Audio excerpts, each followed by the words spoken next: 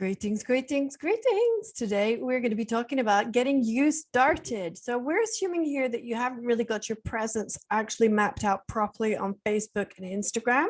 So we're going to talk you through how to make sure you've got all of the elements you need in place from the get-go. This is me, Fin Wycherley, as usual, coming at you live in the 90-day business sprint. What we're going to be covering today's session is why establish a presence on Facebook and Instagram, how to set up a Facebook page and an Instagram business account, how to attract an audience as well. All right, so the main reason why you want to be setting up a business on Facebook and Instagram and WhatsApp is because it's owned by the same company and Messenger as well. And they have 3.5 billion people using their service on a regular basis, which means pretty much half of the population of the world. So you just kind of imagine it as like the most gigantic shopping center in the universe. And fine, you're not going to have 3.5 billion people always checking out your website or checking out your Facebook page. That's not necessarily going to happen automatically, but you can use things like the ads in order to make sure you select the right type of people who are going to be interested in your content to come and check it out on your Facebook page or on your website. So this is why Facebook and all of the platforms within Facebook's, the Facebook suite, are fantastic for your business. Even if Facebook gets shut down, as has just happened recently, you still are going to want to make sure you're using it effectively to make sure people who are interested in purchasing from people like you are aware that you exist, can buy into what you do, and therefore decide that they want to use you as their first choice for purchasing your products or services. Facebook enables you to reach people where they spend their time. 85% of people are on their mobile phone when it comes to using social media. And so therefore, if you are using Facebook to drive people onto your website and that website is not optimized for mobile, you've got a very much a whoop of I can't get my words out. You've got very much a oops situation, because if we can drive thousands and thousands of traffic from Facebook to your website, and as soon as they click on that ad and they go, oh, this looks interesting, I'm going to find out more about this, and it takes them to the website, and the website just keeps buffering with that wee circle going round and round, burling. You're basically going to annoy people and they'll never click on your links ever again. Or they're going to click through to the website and they're going to have to pinch and squeeze to actually read any of the text in there. So you have to make sure your website is fit for purpose. It's suitable for mobile, it's fast loading, easy to navigate, and then you're going to win all day, every day when it comes to social media marketing. So when people are consuming all of that content on Facebook, Instagram, WhatsApp, they're using their mobile phone, but they can also be using their desktop as well. So you need to make sure your content is suitable for wherever they happen to be. So often I get questions from businesses saying, okay, well, I don't think Facebook is going to be relevant to me. I feel like the type of people that I am interested in communicating with are all on, say, LinkedIn and Twitter. So I'm only going to focus on there. But literally, you have no idea where your customers are going to be. And the reality is that Twitter and LinkedIn have very, very small populations. It's very difficult to market on them. And most people who are on those platforms just basically set up a basic kind of CV kind of experience and don't really spend any time in there. So some people say, oh, it's not even a social media platform because they don't even spend any time, they don't come back regularly and things like that. It's very difficult to use the ads. The ads are very expensive and they're not very well targeted. So some people would even say that LinkedIn and Twitter are pretty useless for marketing. Doesn't mean to say that's necessarily the case, but just giving you a perspective. So what I always recommend is you make sure your business is set up on all of the social media platforms. That means Facebook, Instagram, LinkedIn, Twitter, Pinterest, YouTube, and therefore you've banked your name so that even if you decide, okay, I'm really not going to spend much time on this particular platform, I will prioritize the other two or the other one in order to master and dominate that particular platform, at least you've banked your name, and at least you've got lots of links sending people to the website. Because at the end of the day, you don't know whether those people are going to be Facebook people or Instagram people. A lot of my lawyer friends would be like, oh yes, my clients don't go on Facebook. But the reality is they do, and we can find all of them just because of the fact that the ads are so targeted, and they will find people not because they describe themselves as lawyers, but because we can find them through the things that they tend to like or wherever they spend their time. So therefore, if a bunch of lawyers are spending time looking at the Law Society of Scotland or England or wherever, we know that we can find them based on their digital footprint. So therefore, if we're putting up an ad that says, okay, we want this message to go to all the lawyers who live within 25 miles of Edinburgh and who are fans of the Law Society of Scotland and the Law Society of England and Wales and the Chartered Institute of Accountants, that type of thing, then we're guaranteed to be able to find them. Or we can also find them by putting up a message which is targeted at all those people who like reading the magazine The Law Society of Scotland or any of those kinds of related pieces of content. Wherever people who we're interested in talking to or messaging with our business, then we can find them through the types of things that those people tend to like. And then, of course, we can make sure that our message is getting out to them even when they're in store. So once you establish your presence on Facebook and Instagram, you can provide more information about your offerings. You can share updates about your business, and you can communicate with your customers directly.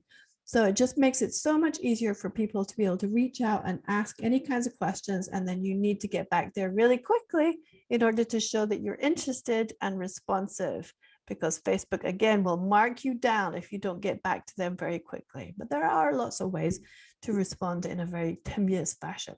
There's also a worksheet that goes with today's session, so make sure you go through that and start planning out your whole process.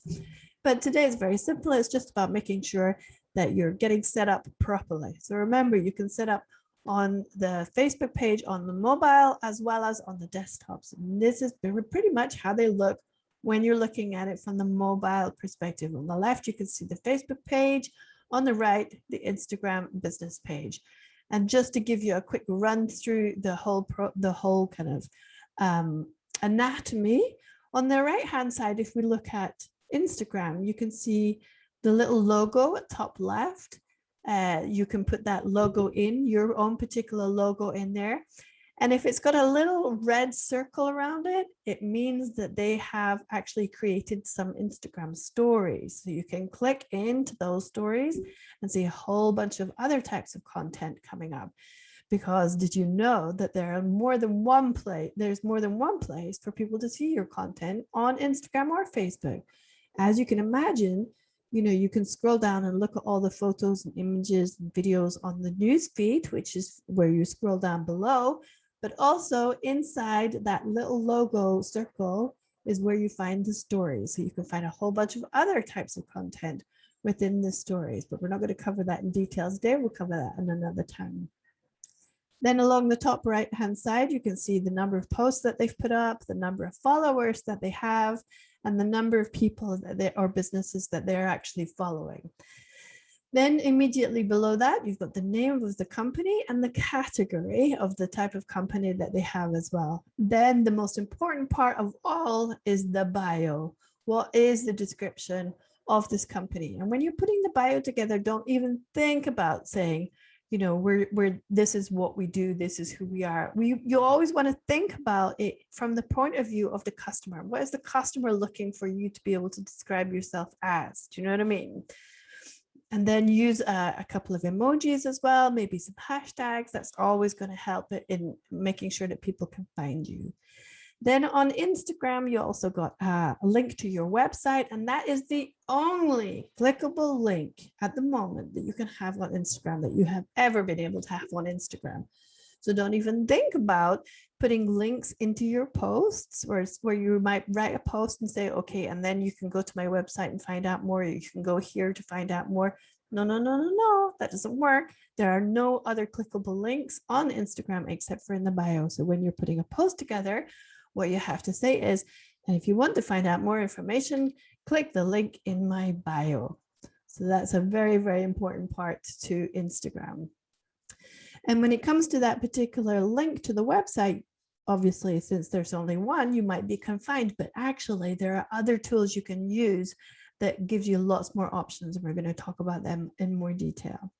So when you decide that you're going to like this particular Instagram page, then you can see some of the other people who are friends of yours, fans of yours, who are also following that page or not, as the case may be.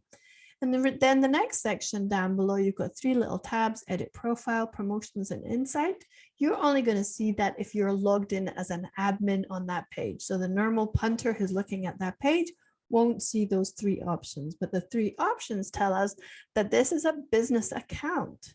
So the other thing that people get wrong with Instagram is that they set up their business on a kind of friends account. Do you remember how in Facebook in the early days, lots of businesses would set up on a friends account and they'd be looking for friends to connect with instead of likes? So then they would realize, uh-oh, we're on the wrong type of page. We need to set up a new page, which is all about getting the likes.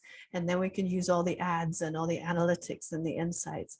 So it's very much the same thing with Instagram. With Instagram, the default is you're going to set it up as a kind of friends type of page, but then all you have to do is you click in and turn it into a business page. And I'll show you how to do that in a second.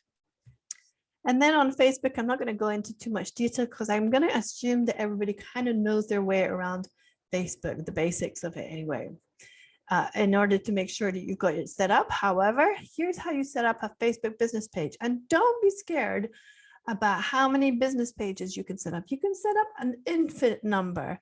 The only criteria that's required, though, is that you have your own personal profile set up, which has got your name and your contact information so Facebook can contact you. And that is really, really important. And when it comes to your personal profile, you don't have to tell anybody about what you do. You don't have to share any information about your life. Nobody needs to know that you as a human being are connected to any business page.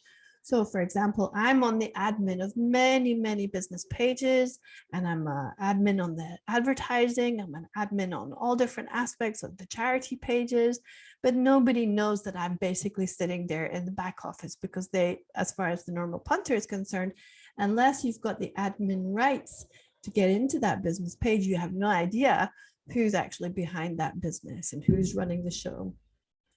However, you must make sure your personal profile is set up properly, because if it isn't set up properly, Facebook is beginning to ask all kinds of very strong questions, because that is the terms and conditions. You are allowed 1 personal profile and then an unlimited amount of business pages, either that you own or other people own, and then you are an admin on those pages. So in order to set up a Facebook business page, just click on the top right-hand little plus sign, and then there's a drop down box comes down, gives you lots of different options as to whether you want to create a post or a story or a live event or even a page. So you click on create page, and then once you get that, you just fill in the basic information step by step. It's pretty straightforward. Put in the page name and the category. It's very important to make sure that your category is correct as well. If you're a retail type of environment, then you need to make sure that that is the right category, because otherwise you won't get the right functionality. So make sure you put that description down in a way that is super appealing for the people, as opposed to just being a functional description. Do you know what I mean? Because that's the first thing people are going to see, what's in the bio. Again, the reason why you want to set up a page on all the social media platforms is so that you can bank your name. Nowadays, with millions and millions of companies setting up all over the world, you'll be very lucky to find the right name across all the different channels. So that's why you need to make sure you've got a consistency in the name of your business across all of the platforms. And then put in your category, your description, and then your images. You can have a look at how it looks on the mobile or the desktop. And then create page. That's pretty much it. Then going into creating your Instagram business account is pretty straightforward, as you can see here. This is the normal account, and it's got all the followers on it and everything. But you want to be able to add an account. For example, you put in the information that you need, sign up, and then you can switch that account to a business account, or you can set up a new one basically.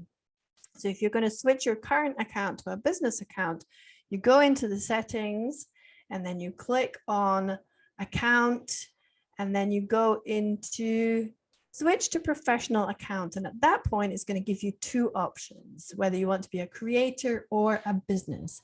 So 9 times out of 10, as a business, you just click on the business option because that's going to suit your criteria. The only reason why you would click on creator is if you are some kind of public figure, content producer, artist, or influencer. So click on business and then go through the step-by-step process, filling in all the information about the right category, and then putting in all your business information, your email, your telephone number, your address, etc., if that's relevant for your business. And then connect your account to Facebook. So this is one of the most wonderful things that you're going to love about this whole process, is that from now on, once you've set it all up, you can create all of your content within Instagram and every time you publish, it will go automatically to Facebook.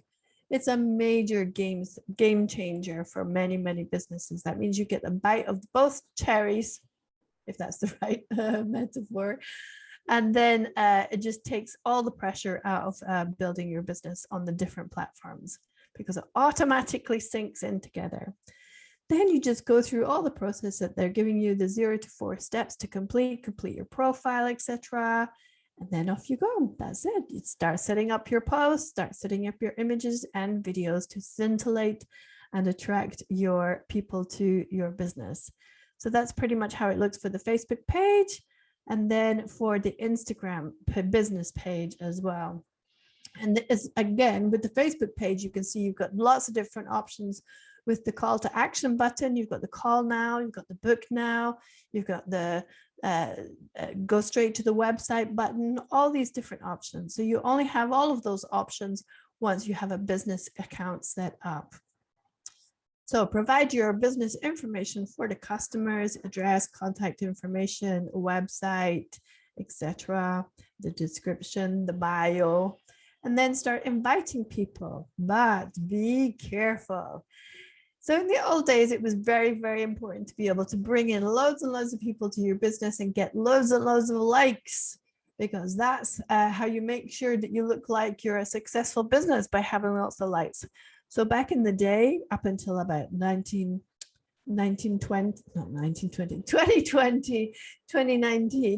then the emphasis for all businesses and charities was trying to get as many thousands of fans as possible. However, that has all changed.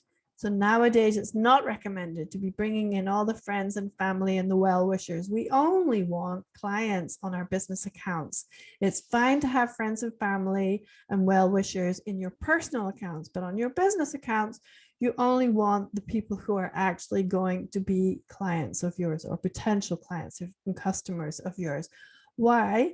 Because we have these things called algorithms. These are pieces of code that Facebook and Instagram use very carefully so that they can see the types of people who are fans of your business pages, and then decide, okay, if these are the fans of this page, we're going to make sure that if they put a post out, we're going to show it to as many people who have the same type of profile. So therefore, if the majority of people who are fans of your business page have the wrong profile for the people who you actually want to see your business page, then you're just sending out mixed messages these days. So it's always a good practice nowadays to invite people, yes, but only invite those people who are going to be real good assets or marketing assets for your business.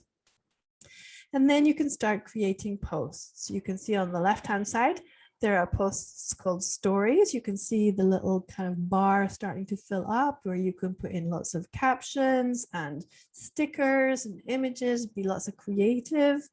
And this is actually a sponsored story, which means this particular business has paid to make sure that you see this particular piece of content coming up on the stories. Then the second one is a video, and it's very, very simple to put up any kind of video. It doesn't have to be high production values. It just have to have a very, very strong, powerful message. And guess what? The posts that work the most effectively, 10 times out of 10, are always going to be video. Anything with any kind of moving text, moving image, basically, is going to perform far better than just a straight image for any post.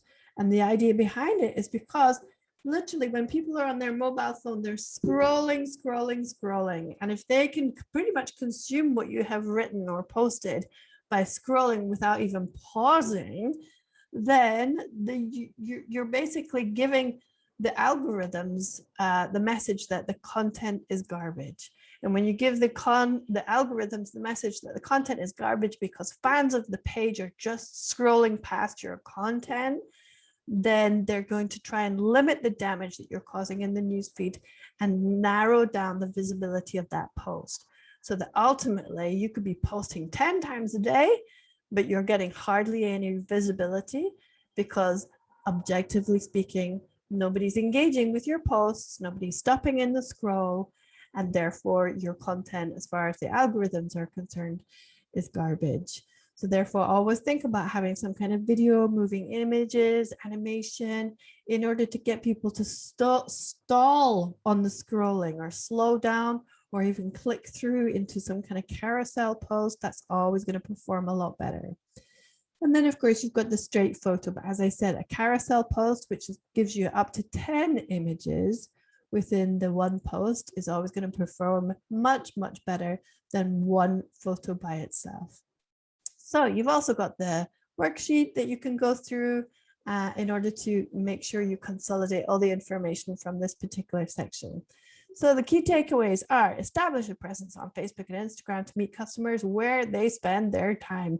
Even if you hate Facebook and Instagram, your customers might very well be mad fans. So you might as well just be there. It's a bit like in the old days when you had a business, you would maybe have an address that people could write to, an email, a telephone, and a fax, and all of these different ways that people could communicate. Nowadays, they've got even more ways to communicate. So you might as well make sure you're set up on all of them in case they want to choose that particular one that they are fans of. So invite your community to like your page and follow your account to grow your audience. So that's pretty much it for today. See you in the next one.